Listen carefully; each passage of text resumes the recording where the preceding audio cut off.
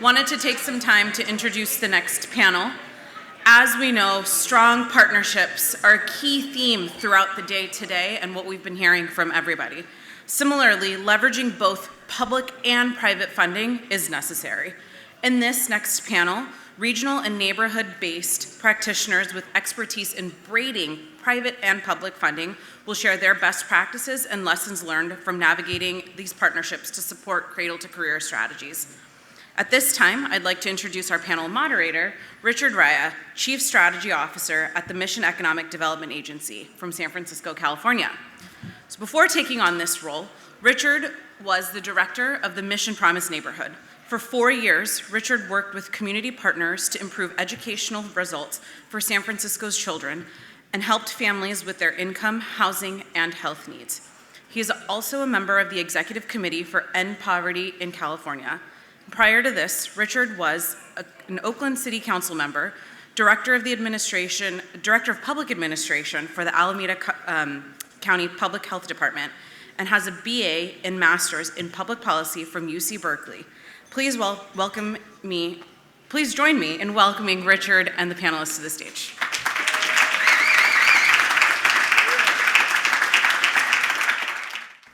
I'm remembering that this morning, Secretary Miguel Cardona called Jeffrey Canada a national treasure. And that's very true, but we have another name for him in California. We call him the Godfather. The Godfather of Promise Neighborhoods, because he actually set the template for us, our Promise neighborhood out in San Francisco, and it worked. All the way on the other side of the continent in a Latino immigrant neighborhood. We saw our kinder readiness rates go up, our graduation rates, and we began to slow the powerful forces of gentrification and displacement for our families. And the reason it worked is because this place-based framework that Jeffrey modeled with the Harlem Children's Zone is really just about being good humans. It's really about how do we come together as a community to see each other, to care for each other, and to care for each other's children. And there are 5 Promise neighborhoods in California. And we all believe in the model so much that we went to the state of California to ask them to fund these Promise neighborhoods. Our federal funding was sunsetting. So Promise neighborhood, Chula Vista Promise neighborhood at the Mexican border, and all the way up to the Nomlaki tribe at the northern border of California. And everyone in between, we got together and convinced the governor and the state legislature to fund Promise neighborhoods for the first time ever.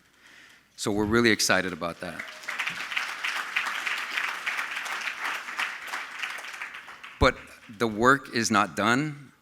Collective impact is expensive, and excellence is expensive, as someone said earlier. So that's what this panel is about. To fund this sort of work, it requires often braided funding, multiple sources of revenue. So I'm really excited to introduce this panel and to learn from this panel. I'm honored to learn from them. Many of them we have looked to for guidance on our journey in California. And so I'm just gonna introduce your names, and then you can go ahead and tell us a little bit more about your work. But we're gonna start with Marland Cole, Executive Director of Evolve 502 on the end. Andre Dukes, Vice President of Family and Community Impact at the Northside Achievement Zone. Dreama Gentry, President and CEO of Partners for Rural Impact. And Logan Herring, CEO of the Work Group. And so our first question, and we'll start with you, Marland, and we'll go down the line. Tell us a little bit about your organization's mission and the fiscal challenge that you were facing and how you used braided funding to address that challenge. Well, thank you. It's a pleasure to be with you all today. I've learned so much this morning and just soaking it all in. But Evolve 502 is a public-private partnership based in Louisville, Kentucky that is really focused on growing the educational attainment in our community. And we believe, like all of you, that every child deserves to be career ready, college ready, and to be able to prepare themselves for a successful life. And we know, as you all do, that the most critical tool to do that is education, and that education can really transform individual lives as well as a community. And so we focus on 3 strategies in our work, like many of you: systems change, looking at data, best practices, and the reallocation of resources in our community to really address those barriers from cradle to career to that pathway to post-secondary education. We are also providing a scholarship opportunity, a 2-year opportunity for our public school entities, our public school system, to attend any of our Kentucky community and technical colleges. There's about 12 or 14 of them. The majority of our kids are going to the one in our community in Louisville, as well as Simmons College of Kentucky. And then providing supports. We are really a convener of partners and community partners in really lifting up what are the issues that are facing our young people, and how do we ensure that that everyone, regardless of where they live, their family circumstance, that they have the tools that they need to be successful. We are a proud partner with the Louisville Urban League, who's here today as well, in the Path Forward work that's really focused on creating a thriving Black community through economic development and wealth building. And we are also an entity engaged with the Harvard School of Education By All Means effort, and we have been engaged with them since our initiative. So when I think about fiscal challenges, I think we were started in 2018, while we were really a successor organization to a decade of work that's been happening in our community focused on education. And those issues were lifted up around post-secondary attainment and the barrier of cost, or at least the perception of cost for community in pursuing, and then addressing the equity gaps. And we are the successor organization to continue to move that work forward. But we were still a new entity in October of 2018. We didn't have name recognition, we didn't have a track record, and outside of the 25 or so community partners that really gave birth to us, we were not known in the community.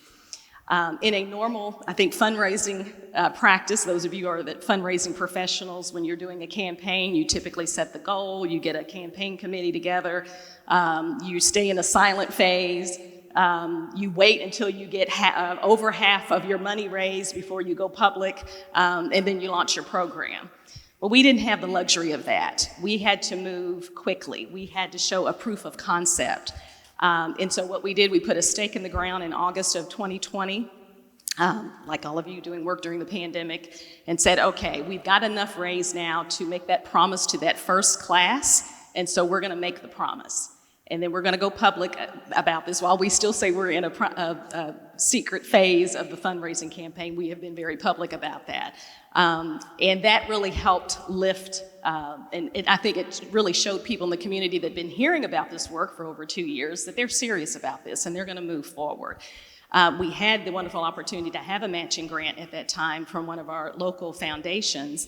But again, there was really no urgency around because they hadn't really given us a deadline of when we had to meet it and all of that. So we moved forward, had a deadline, and were able to make that promise. And so it's critically important, I think, to be able to show proof of concept. Same with our comprehensive services work, just jumping out there, doing the work, really being responsive during COVID and providing place-based opportunities for young people to get assistance during non-traditional instruction. And resources just started flowing in. We had funds from our community foundation coming in because we were lifting up this work and really seriously showing a proof of concept. We didn't have all the answers, but we were listening to those in the field. We were listening to those out-of-school time providers, churches, and organizations that were on the ground working with young people and said, what do you need? And so we were able to lift up. They needed, obviously, PPE and cleaning supplies. They were working with kids now all day, so they needed more resources. They needed to be able to feed them. They did not have teachers or educational professionals, so we were able to lift all of these issues up and have the full community kind of come together and provide that support.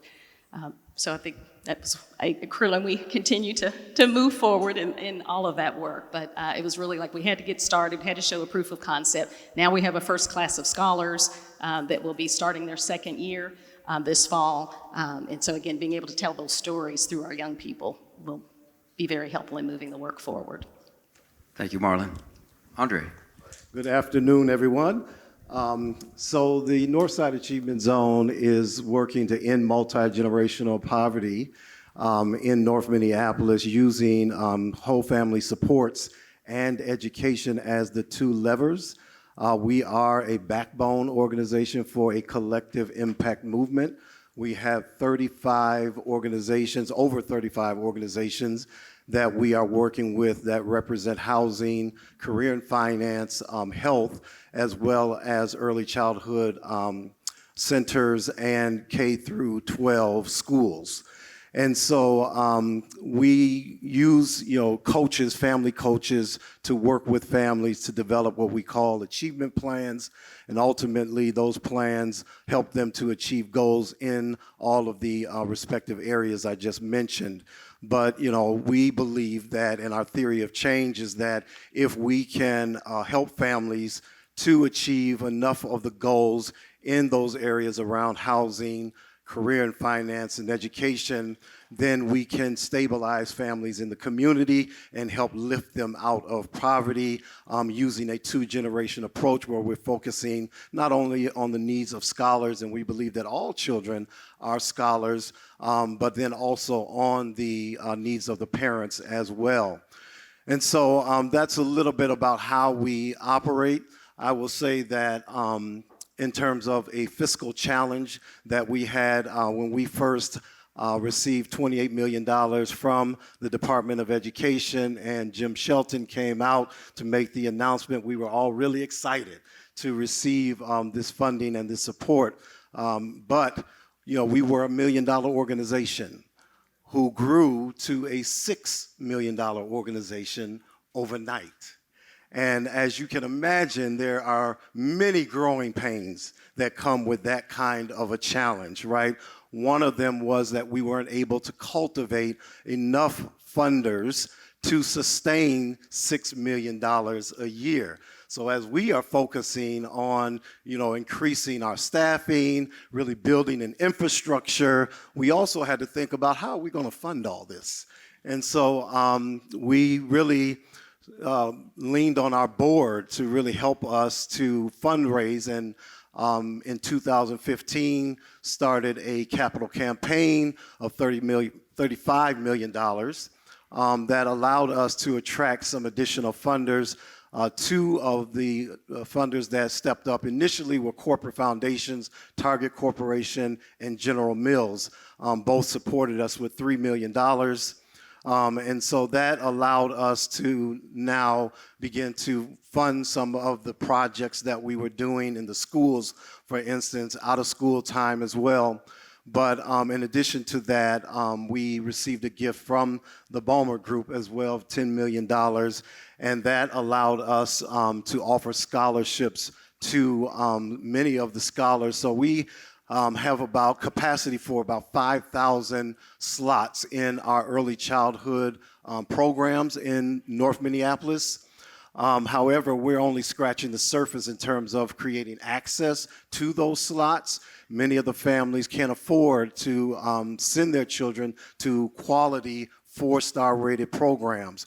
And so what we were able to do with those Ballmer funds is to supplement many of the state funds that families were receiving, along with some county dollars, but that really allowed us to increase the access and allow more families and more scholars to access these important programs that we know put children on the track to college readiness. We also advocated, one of our board members, Art Rolnick, is a former economist with the Federal Reserve. He did a study some of you may have heard about on the return of investment, and he showed that there's a 16-to-1 return on investment when we invest in early childhood. So we've really been focusing a lot on early childhood and making sure that we can increase funding both at the state but even at the foundation level so that we can increase access for all scholars in North Minneapolis.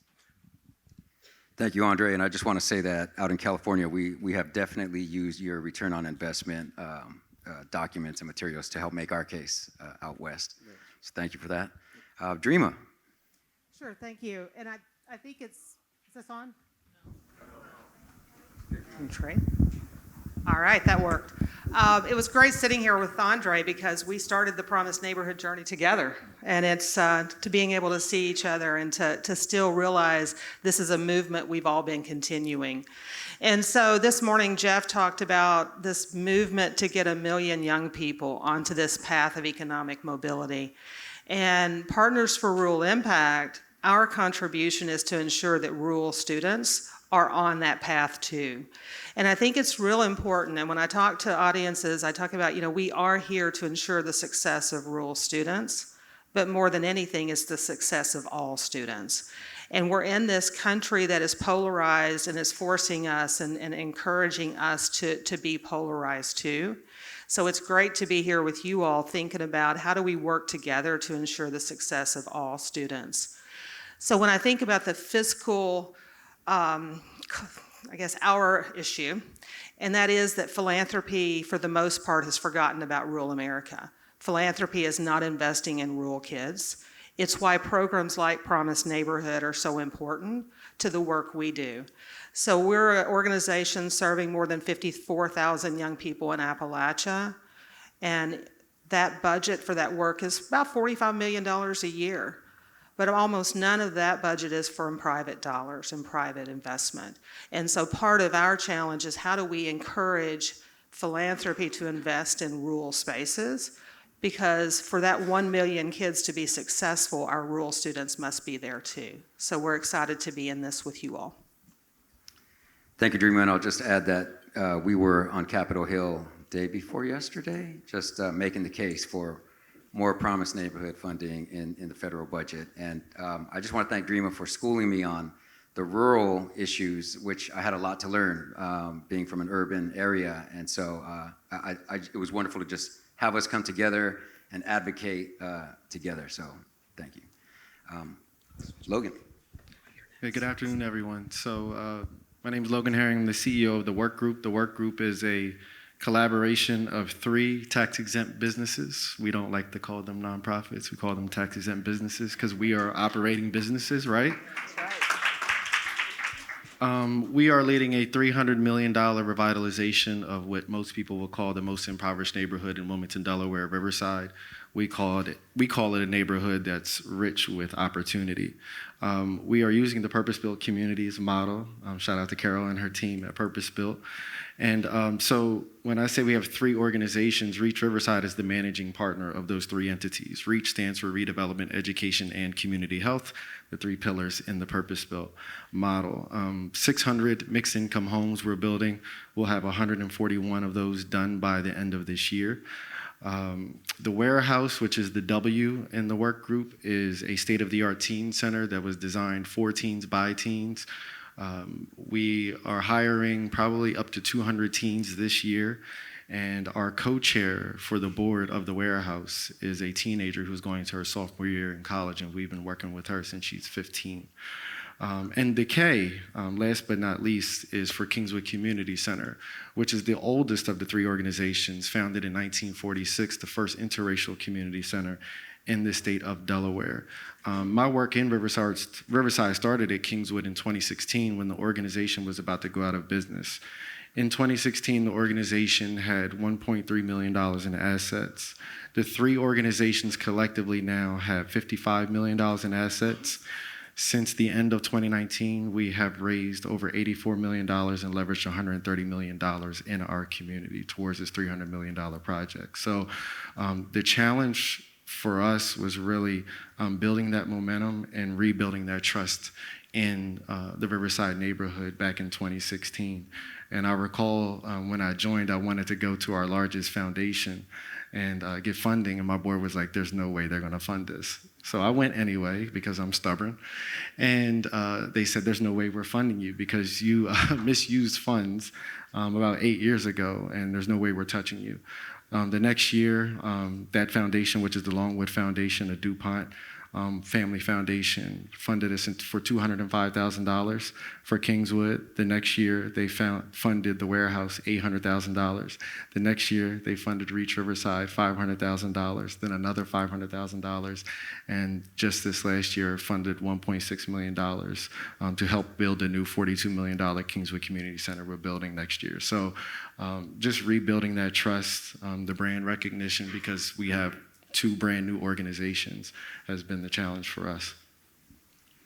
Thank you, Logan. I remember reading a little bit about that $300 million target that you had, and I had to reread it. I thought it was a misprint. So that's incredible. It keeps growing. The numbers are incredible.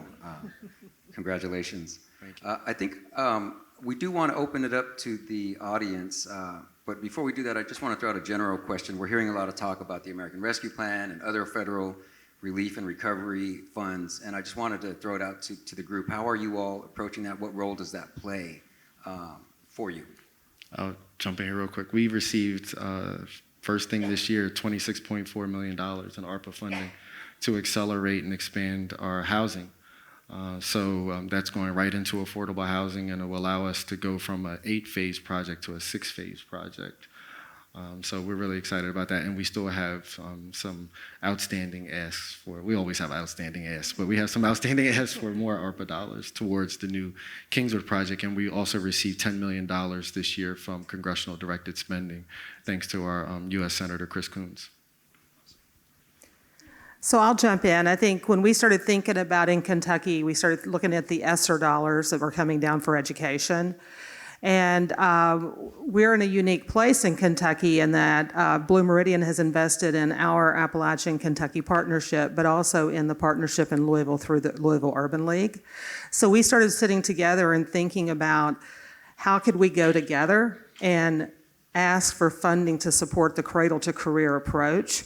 And it's, it's interesting because what we realize is nobody in Kentucky that is rural and urban, we're going together to say something works in both places and that we should work together.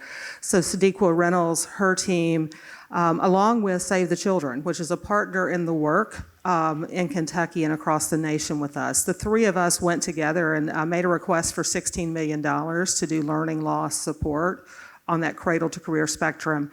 And we got funded, right? And I have to thank Sadiqa because she kept putting the number up higher and higher, right? And so I think it really shows that in approaching these dollars, whether federal or private, if we can do what we're telling our communities to do, if we can partner across organizations and align around results, and bridge some of those fake barriers people are putting up in front of us, I think we can be more successful. So that was our big success story we were really pleased with. Yeah, I'll jump in and say that for the Northside Achievement Zone, a lot of those federal dollars flowed into the system in many ways. So some of that funding went directly to the governor's office, some of that went to schools, some went to counties. We were able to apply for and receive some of the governor's relief fund to support much of our work. The county hasn't been as transparent with how they are distributing those funds, but the Minneapolis Public Schools recently put out an RFP, and we are going to apply for that money. And so there are many ways that money is flowing into our system, and we really had to figure out how do we access it and what makes the most sense for our community and not marginalize or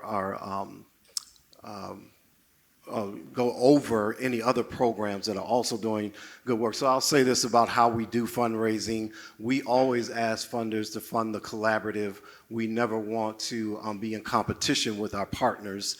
And so we really ask them not to penalize their partners, fund them at the level that you have been funding them, and also fund the collaborative so that we can expand the work and bring it to scale.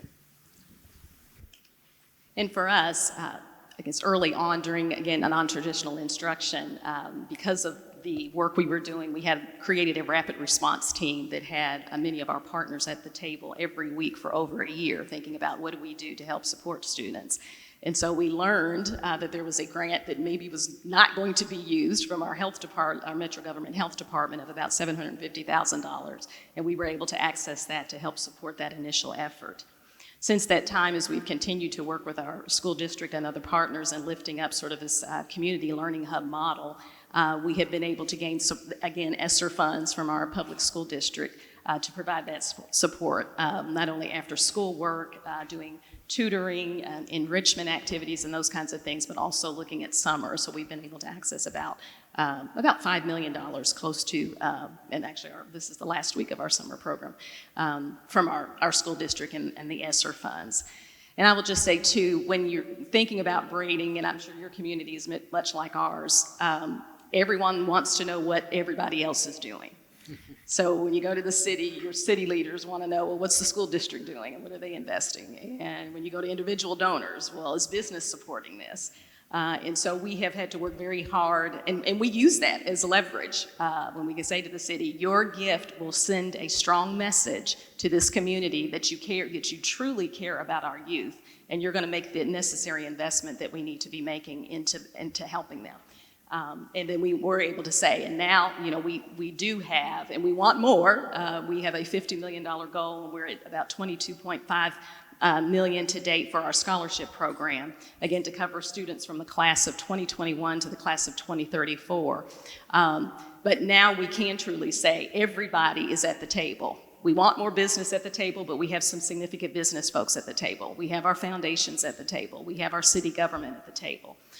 We have our school district at the table, and everybody's contributing, and so we're able to really send that message and share that message. Next, state and then federal dollars are definitely on the radar for us as we move forward. I just want to say I'm so glad you brought up the COVID Coalition, because I think that's almost a universal story across the country. I know in our community, the relationships that we had built as a place-based collaborative were the city actually needed us to do vaccine outreach, emergency income relief, rental relief, even helping with PPP loans. And I know we're not the only ones. It's because we have the trust of the community, we have the relationships of the community.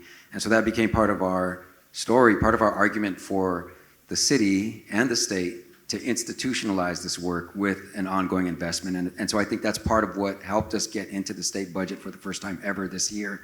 And I know some of you have had successful relationships with the state as well, and I'm just curious to know if I could hear a little bit about how that's going for you as well. Well, out of the 84 we've raised, about 40 has been from the state.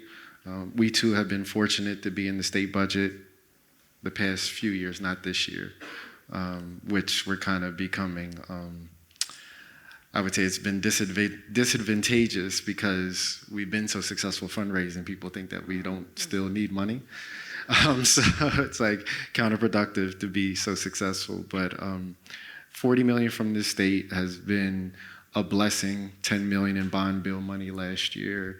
And just being able to leverage that money. And when you talk about braiding, it was 2 years ago, I believe, we were kind of snuck in the epilogue of the budget. And we didn't even know until someone called us and was like, we got $1 million for you for whatever program you want to use it for. And so we said, well, we want to do economic mobility. And so we reached back out to the governor's office and we said, can we take that $1 million and leverage it and use it for a 2-to-1 match?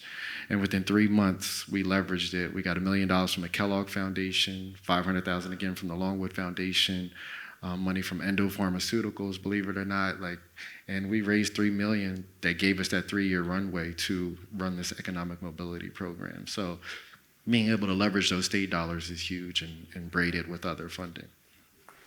So what I'll say on the state piece is we're still we've got the training wheels on. And so some of the investment from Blue Meridian in the place has been able to help us think through what would a policy approach at the state look like. Because I do think that we need to be focusing on that.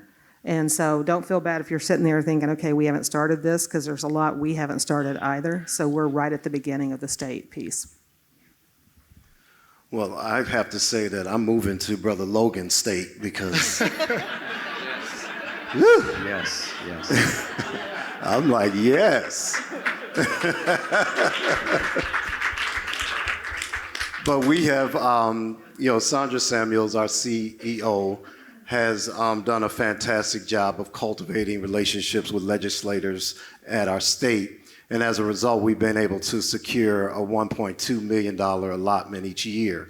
And so I think it's been for the past 3 years that we've received that allotment, which, has been really helpful. And I think sends a message to our state that the work that we're doing in a place-based format is important, and that other groups need to be thinking about how you can collaborate to affect change in your community. So we accept that, but Brother Logan, yes.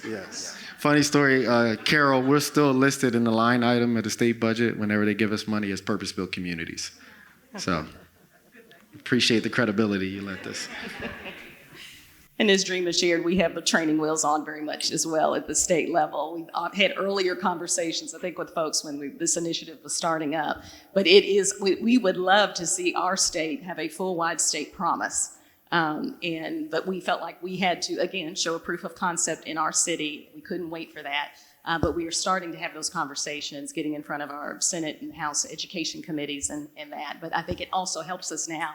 We had initial $3 million from our city, and we just recently received another $3 million matching opportunity from the city. And so now, again, we can say, okay, city's doing their part, state, we need you to do your part. We have seen interest just in the conversations that we've been having with other cities that want to replicate what we're doing, not only the scholarship piece, but the sort of wraparound piece as well. So we are more hopeful that those conversations are started, and we're going to continue to lean into that work. I love it. It sounds similar to some of the things we're doing in San Francisco. I feel like we could talk about this all day. I also just want to say those numbers are so mind-boggling. Like, I don't even know what they mean. It's like, whoa, that's so big. It's like how many, impressive. Thank you, Logan. So I want to open it up to the audience. If you have any questions around braided funding based on anything that you've heard today. Looks like there's a question all the way in the back over there. How important are relationships? So you do the good work, right? But then how important are those relationships in connection with that good work that you do? Well, I'll jump in and say relationships are critically important. And when I think about, we were blessed, I say, to have 20 to 35 of our top community leaders representing all factors of our community saying that they cared about this work, they were going to make the investment in it and work together. But we are doing more than raising money. We are really changing the mindset in our community about education generally and college going. And to do that, you have to have all aspects of the community and relationships behind. They have to have the buy-in for what you're saying. They have to understand what it means for them. We're all human. What's in it for us? And being able to tell that story, but you need different audiences to tell different stories. And so we wouldn't be in existence without the strong relationships that we have with our community partners in not only, like I said, fundraising, getting that word out, but also getting the word out in community that this is something that's important, and we want our families and our young people to take advantage of this opportunity. So I'm going to answer it sort of a little bit different piece. I think relationships are key, and one of the things that has stopped us from really stepping into working at the state level to get funding is we're in a state that is very, would fund me probably at high levels if I went in asking for just funding for the rural part of the state, and if I bought into some of the rhetoric, and I bought into the scarcity mentality and some of the division. So I think that relationships are important, and so I think being able to work with Sadiqa and team to go to the state for a joint ask, then not play on the unwritten piece of trying to get money for some in exchange for we know it's taking away, or we're buying into that unwritten piece or that unspoken piece. So the relationship piece, I think, is what's made it difficult for us to step into it. The other thing, you all heard Barbara Squires this morning talk about the results piece, right? And I think having that strong results frame and being able to say it really is about all kids reading at grade level, all kids going to college, those kind of things. That's helped us too. So with us, the relationship piece was how do we utilize relationships while holding on to our values and to the outcomes and not using relationships to just bring the dollars in, even if the dollars are going to be used for important purposes. So that's just a tough piece, I think, as we do this work, because we're all in this room because we care about every young person in this country. And we have to figure out how do we partner together and ensure that we're all improving. So I just wanted to throw that out because that's been weighing heavily on my mind. Relationships are important in Delaware on steroids because we're a state full of neighbors. So literally, our president in D.C., my grandfather, was the first major community leader that endorsed him in Wilmington. We're running down to the final few minutes here. Are there any other questions? I have a question. Michelle Galia-Holland from San Antonio. And I have a question about how you all bring community along as you develop the plans and then you implement the plans and you solicit funding. A lot of us are learning what it means to be community driven, and I'm curious what that looks like from the beginning to where you are now. I can touch on it as quickly as I possibly can. So one example is what we did with the warehouse with the teens. Actually had them design the architecture with an architect. They choose all of the programming. They literally run the operations for the warehouse. No offense, Winona, if she's in here, our director of operations. With the community, when we did our press conference back in 2018 and said we're doing this purpose-built community, I was intentional about having an announcement 5 days prior to all of the dignitaries coming and saying, do you have a problem with this? Answer any questions that they may have. I would also say that one aspect of what we're doing is that we're building 200 homes on vacant land first to avoid displacement. So there will be no displacement in our project at all, and we're clear about making sure that communication gets out to everyone. And at the end of the day, we do what we say we're going to do, and we're consistent. And so when you do that, the community trusts you.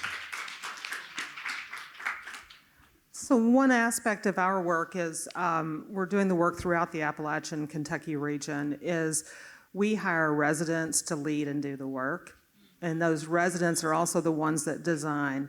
And so if you're looking at our Promised Neighborhood grant, that's led by a resident in Perry County, Kentucky. It's not led by somebody in my office in Berea, Kentucky. So I think that we have to remember that that's the most optimal form of engagement is giving people jobs where they can serve and work and earn a good living in their own community. I think you got an amen. I'll just add that we believe that our parents are our best advocates.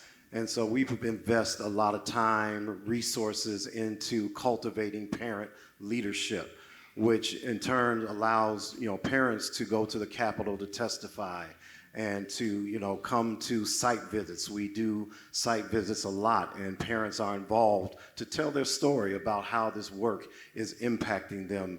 And so even from a relationship standpoint, it's so important that we keep both parents and their scholars involved in the process because there's no better moneymaker than a good story. So we want them to be able to tell the story of how they're being impacted so that we can continue to serve more families and more scholars.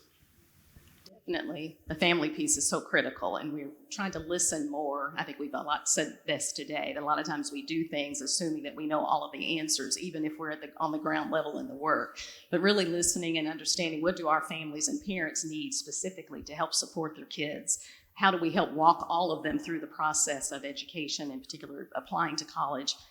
So we plan to do a lot more in that parent engagement piece to kind of hear from them, be able to guide, and definitely with our students, really listening now. Like I said, we've had our first class just finished their first year, so getting feedback from them about what's your experience been like, what would have made this process better for you. We have an opportunity grant that we provide for our lowest income kids, many of which may be full Pell eligible and get their tuition paid. But this is for those extra costs that come up when you're going to college, housing and transportation, books and computers and all of that. And so listening to the kids, is this helping you or not? What we want to explore, and I know we were talking with AmeriCorps was presenting earlier, having vistas and try to encourage some of our scholars to become vistas and talk about what that benefit could provide and get them engaged, and again, giving them opportunity, because we know 80% of the kids that are going to our community colleges are working too. And so if we can provide some of those opportunities to get them engaged and really let them be the ambassadors, like those young people that we heard earlier today, to really talk about their experience with our scholars. So we're down to our last couple of minutes here. Are there any kind of closing thoughts that you all might want to share with everybody? So I'll just say, I've said this just recently in a meeting with one of our mayoral candidates that, and you all know this, there is no silver bullet. There is not one way to do things. And so just the encouragement of we know better than most what's going on in our communities, what the needs are, and how to help, and just jumping into that work. Failing if you do, but jumping in, doing something, showing people and building that trust that you are listening and that you are trying, and not wait for that sexy idea that's going to come from somewhere, because it doesn't exist. And I think we learn that more and more, and I think someone said it earlier, the answers are in this room and with our community partners. So that would just be a recommendation or a suggestion I would make. And I would just say that as a backbone organization, it's important for us to really trust that our partners will do what they do and not try to step into their space. One of the things I didn't mention was we have a partner, Think Small, that administrates the state scholarship dollars. And so they administrate the braiding and blending of the funds that we supplement with state and county dollars. And so they do it very well, and we let them just do that, right? And we pay them to administrate those dollars through, the monies that we receive. But you just have to make sure that you allow your partners to do what they are experts at and not try to be all things to all people. Amen. And I would say that as you think about your strategy, look around the room. Who in this room can you collaborate with and make a larger and bigger ask? And let's practice what we're telling our communities to do. Let's collaborate. I'm going to echo what they just said. We have something called the Thanksgiving Day model, where we just ask everybody to bring their best dish to the table, and we'll have plenty of leftovers, and we won't be competing. And then lastly, don't be afraid to pay people to do this work competitively. It takes people. Shout out, I'm embarrassed my team, the work group, please stand up.